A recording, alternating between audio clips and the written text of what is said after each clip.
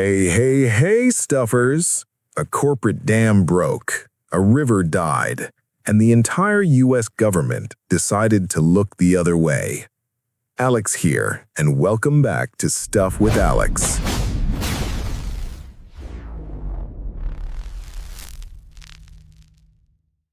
The year is 1979. America is hyperventilating over a nuclear near miss in Pennsylvania, 3 Mile Island. President Jimmy Carter is touring the site. The media coverage is saturation level, and everyone is terrified of 13 curies of released radiation. The national attention was so intense you couldn't turn on a television set without hearing about it. Meanwhile, 1,700 miles away in New Mexico, on July 16, 1979, a far worse disaster. A 95 million-gallon tidal wave of acidic, highly radioactive sludge was rushing down a river, releasing 3 times the radiation of 3 Mile Island. The estimated release was 46 curies of gross alpha contamination. And guess what? You've never heard of it. The largest radioactive spill in U.S. history happened. It poisoned an entire community dependent on the river for life, and America collectively hit the snooze button. That silence isn't an oversight, it's a structural cover-up, and we're digging deep into the contaminated dirt of Church Rock. The story of Church Rock begins, as many stories of environmental calamity do, with the insatiable post-war American hunger for energy and weaponry. Following World War II, the rapid escalation of the nuclear arms race drove an immense demand for uranium. Prospectors and mining companies quickly descended upon the Colorado Plateau, which held vast uranium deposits, much of it located beneath the Navajo Nation. For many in the region, this sudden influx of industry promised an end to poverty, the so-called yellow dirt dream of economic prosperity. In 1968, capitalizing on this boom, the United Nuclear Corporation, UNC, initiated operations near Church Rock, New Mexico. They established the largest underground uranium mine in the United States.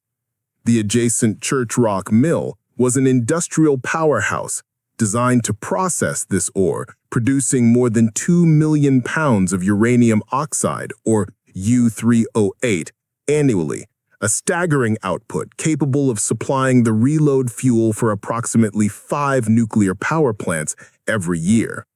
This was not a marginal operation. It was a cornerstone of the U.S. nuclear supply chain. The surrounding area, however, was a small farming community composed almost entirely of Navajo people. These families relied heavily on a subsistence living structure, utilizing the arid southwestern land for livestock grazing and drawing essential water from the nearby Puerco River for both their animals and irrigation. United Nuclear Corporation employed over 200 Navajo workers. This demographic reality is critically important because it defines the community as being both the labor source and the eventual primary victim of the resulting environmental catastrophe. The jobs provided by United Nuclear Corporation, while offering limited options for employment in the region, simultaneously bound the Navajo people to the very infrastructure, the mill and its waste, that posed an existential threat to their traditional livelihoods and health. This creates a destructive pattern where economic opportunity is offered only at the expense of environmental security. Uranium milling is inherently dirty, resulting in tremendous amounts of toxic byproduct. The process generated an acid slurry, a mix of ground waste rock and fluid known as tailings. United Nuclear Corporation decided to dispose of this highly contaminated waste in a tailings disposal area, subdivided by dikes and secured by a massive 50 to 75-foot-high earthen impoundment built across 3 lined lagoons. The scale of the mining operation was immense, resulting in an estimated 3.5 million tons of tailings eventually being deposited in these impoundments. The commitment to such a massive operation requiring maximum profit extraction immediately suggests that any subsequent environmental disaster was not a simple accident, but rather the inevitable climax of prioritized corporate risk acceptance over foundational safety standards. To fully grasp the magnitude of the Church Rock tragedy, one must understand that the disaster was not unforeseeable. It was predicted and, crucially, preventable. The entire waste disposal system was fatally flawed from the moment the first shovel hit the dirt, revealing a deep layer of corporate arrogance that supersedes engineering common sense. The core failure lay in the choice of location for the colossal earthen dam. Multiple parties, including United Nuclear Corporation's own consultant, in addition to both state and federal agencies, had identified the land beneath the impoundment as geologically unsound. This site was known to be susceptible to extreme settling, a geological phenomenon that would likely cause cracking and structural failure in the massive earthworks. Despite these documented warnings from experts both internal and external, construction proceeded and operation was allowed to continue. The critical failure point came years before the breach itself. In 1977, large cracks were observed along the dam's structure. This was a flashing red light 2 years out from disaster. United Nuclear Corporation addressed these structural deficiencies with what were described as temporary solutions and, perhaps most damningly, failed to report the cracks to the appropriate regulatory authorities. This timeline is a smoking gun in the argument for corporate culpability. When warnings are given before construction begins and subsequent structural failures are covered up with temporary fixes, the resulting disaster cannot be labeled an accident. It must be classified as willful negligence. The fact that the mill was generating 2 million pounds of uranium oxide annually suggests that the cost of moving the facility or undertaking the necessary permanent engineering work to secure the dam was simply deemed more expensive than the calculated risk of catastrophic failure. The ruthless logic here is clear. The company performed a financial cost-benefit analysis where the health and safety of the marginalized community downstream were weighted as less valuable than the expense required for proper environmental protection. The material contained within the failing impoundment was not simply dirty water. The tailings consisted of an acidic slurry containing radioactives, including radium-226 and uranium, as well as heavy metals. This toxic cocktail was held in place only by an earthwork structure explicitly warned against by geologists. The fact that multiple layers of oversight, state licensing bodies like the New Mexico Environmental Improvement Division, federal inspectors, and internal corporate experts were aware of the instability, yet permitted the mill to operate, demonstrates a fatal failure of the regulatory system. Whether this was due to bureaucratic inertia, political influence, or regulatory capture, the system failed to protect the Navajo Nation at every possible checkpoint. The stage was set for a disaster that was not only predicted, but mathematically probable. Stuffers, smash that like button if you think geologically unsound land sounds exactly like my college roommate's budgeting plan. The culmination of corporate negligence and regulatory impotence arrived swiftly on the morning of July 16, 1979. In the early hours, the earthen dam at the United Nuclear Corporation Church Rock Mill failed catastrophically. The breach, measuring 6 meters wide, sent a torrent of nuclear waste cascading through the New Mexico landscape. The volume of the release was almost unimaginable, approximately 1,100 tons or 1,000 metric tons of solid radioactive mill waste, along with an estimated 94 to 95 million U.S. gallons of acidic radioactive tailings solution. This instant discharge constituted the single largest release of radioactive contamination in the history of the United States. The highly acidic, highly radioactive flow rushed down pipeline Arroyo, eventually merging with the North Fork of the Puerco River. The contaminants were transported 80 miles or 130 kilometers downstream, leaving pools of residue along the riverbanks and affecting at least 2 nearby aquifers. The disaster struck a community uniquely vulnerable to environmental shocks. The local population, predominantly Navajo, relied on the Puerco River as their most immediate and necessary source of water. In the immediate aftermath, United Nuclear Corporation acknowledged the dam breach around 6 a.m. However, local residents were not immediately notified of the contamination.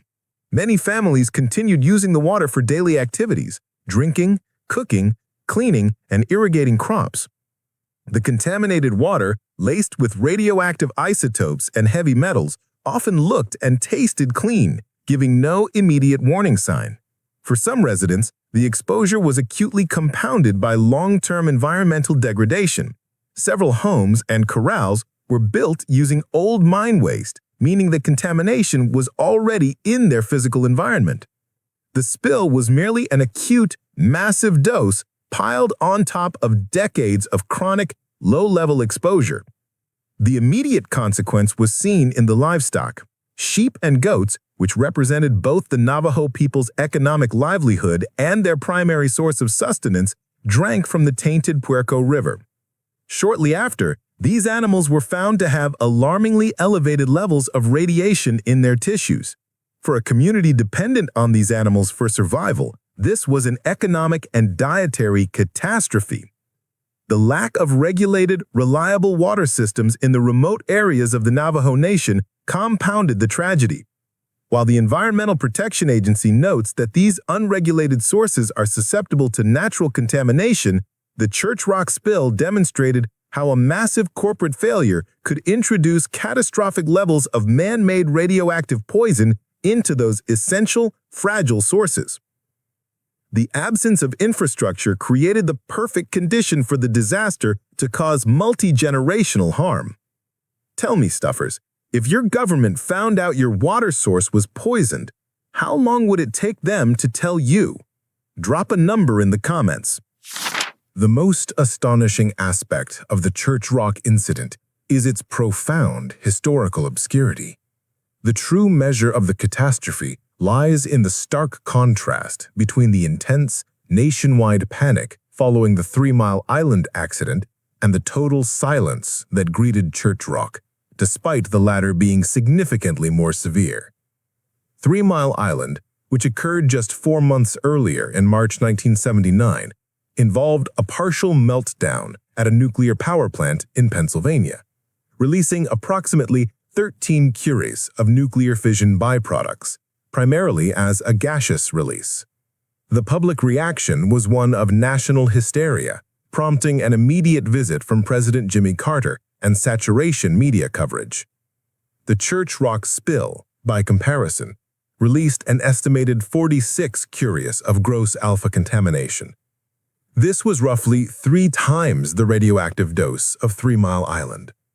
Furthermore, the Church Rock release was not gaseous, but a highly acidic, heavy liquid containing transuranic isotopes and heavy metals.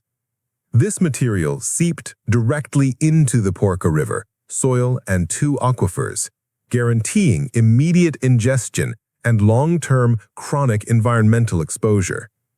The severity of the consequences was fundamentally different, yet the political response was non-existent. Church Rock received only a tiny fraction of the news coverage afforded to 3 Mile Island. Investigative reporting at the time found that media outlets excused their neglect by describing the affected region as sparsely populated and incorrectly claiming that there were no significant long-term health hazards.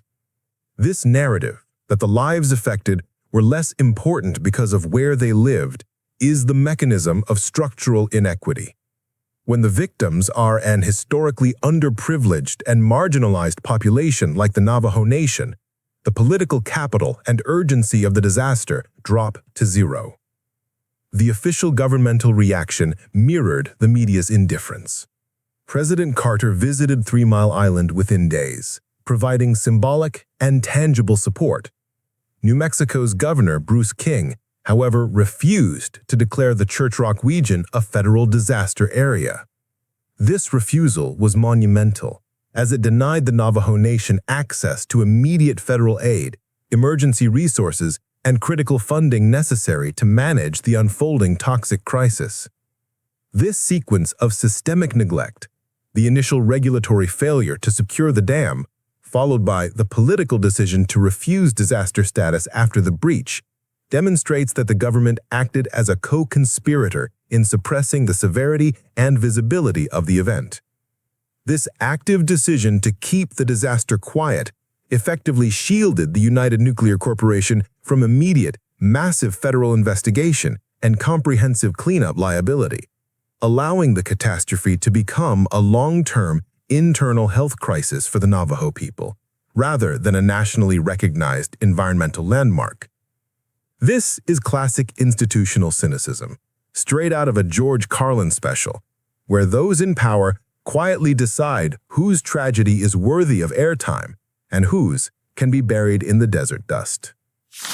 The consequences of the 95-million-gallon radioactive surge continue to haunt the Navajo Nation decades later. Unlike a chemical spill that degrades over time, the contamination from uranium is effectively permanent. Uranium's half-life is 4.5 billion years.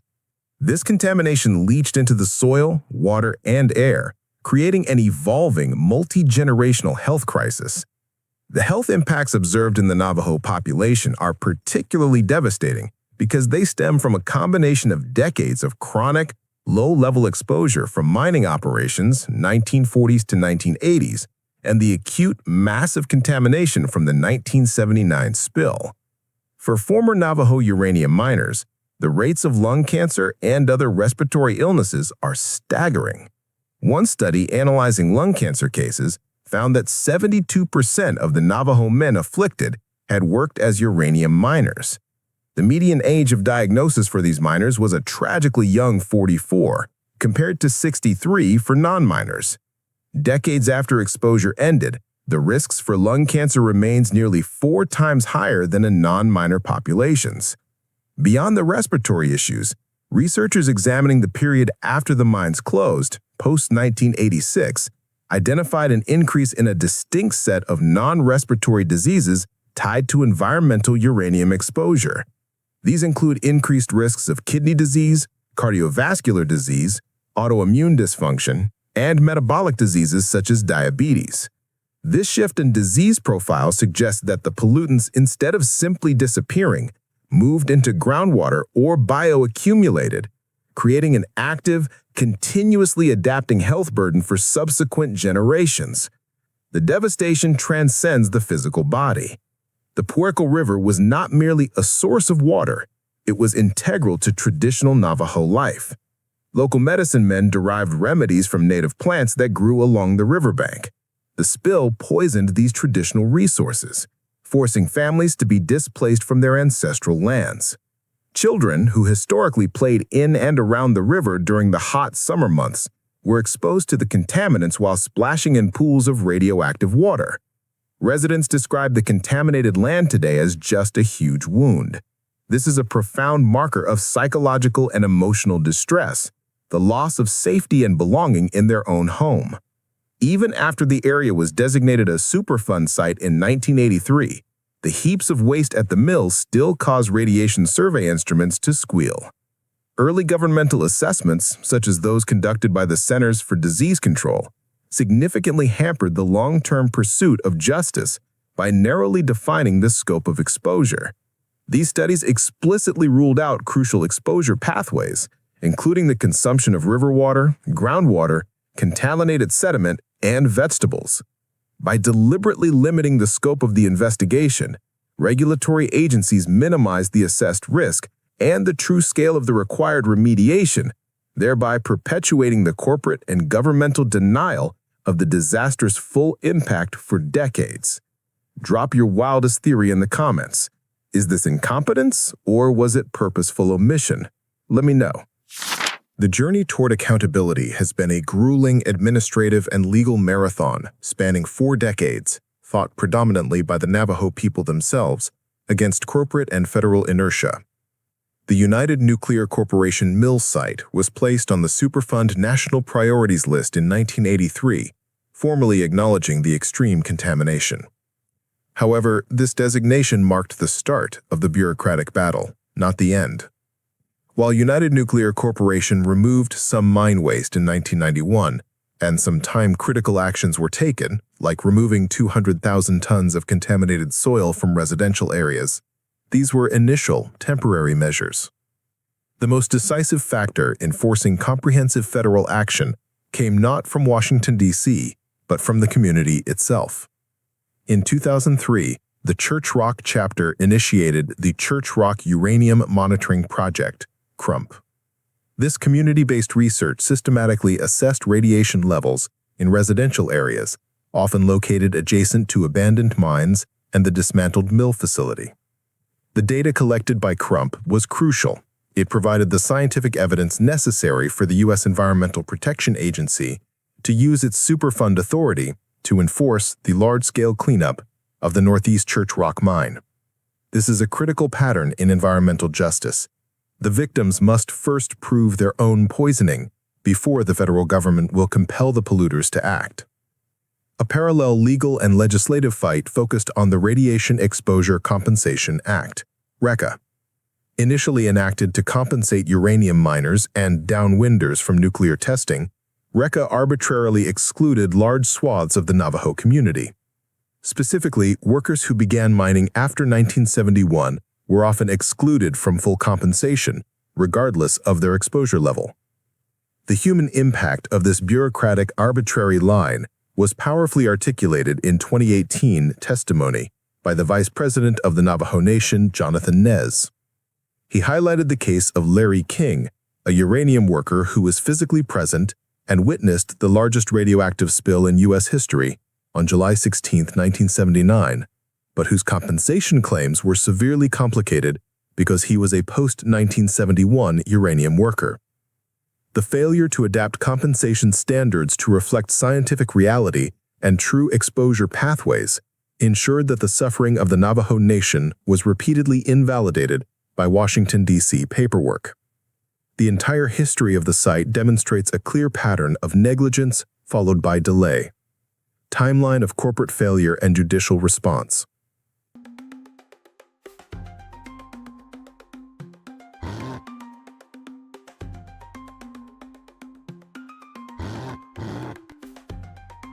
This long struggle underscores a fundamental contrast in land ethics.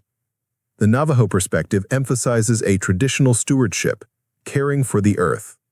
United Nuclear Corporation, conversely, treated the tribal lands and surrounding environment as disposable property, subject to temporary exploitation for profit. The failure to protect the land stemmed from a belief in absolute ownership and short-term gain, which clashed fundamentally with the principles of perpetual preservation. The Church Rock saga reached a critical inflection point in 2025, offering a complex mix of accountability and legal finality that arrived nearly half a century late. In August 2025, the Department of Justice announced the lodging of a proposed consent decree with the United States District Court for the District of New Mexico. This settlement, named United Nuclear Corporation and related party General Electric Company, United Nuclear Corporation is an indirect subsidiary of General Electric, as responsible parties for the Northeast Church Rock mine site and the United Nuclear Corporation mill site.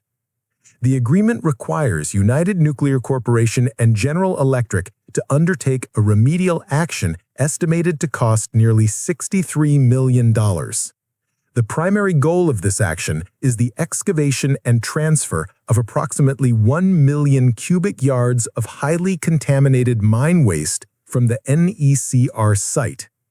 This waste will be moved to the United Nuclear Corporation mill site, where it will be placed into a newly engineered repository designed to stabilize the contamination, making the land at NECR suitable for future residential use. This agreement represents a significant, though profoundly delayed, victory for environmental restoration.